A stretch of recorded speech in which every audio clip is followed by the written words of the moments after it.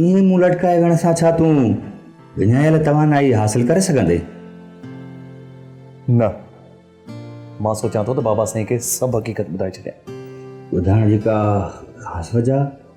हाणे को प्रॉब्लम थियो आहे छा?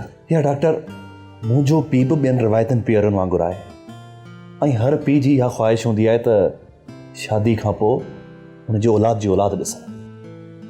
मुंहिंजी शादी खे 3 साल थी विया आहिनि ऐं रोज़ रोज़ पापा जे सवालनि खे नटाईंदो आयो आहियां।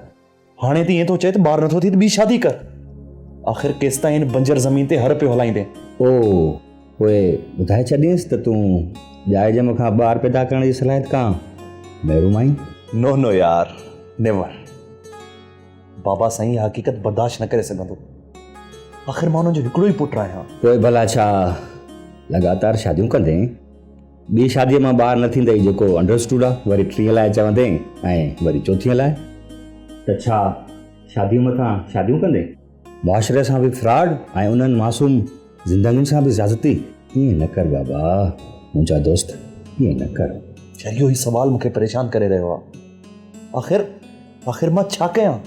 फराह खे एतमाद में वठी ॿुधायां या बाबा खे? कारतूस खां ख़ाली बंदूक खणी जंग जे मैदान में कुॾी पवंदड़ कंहिं फ़ौजीअ खे बहादुर न, अहमक चइबो आहे मुंहिंजा दोस्त, अहमक। सही थो चई यार, तूं सही थो चई। मूंखे उन ॾींहुं फराह खे ॿुधाइणु खपंदो जिनी तूं मुंहिंजो पहिरियों चेकअप कयो। पर हाणे देरि थी वई आहे यार। तूं ई मूंखे का सलाह ॾे त मां छा कयां।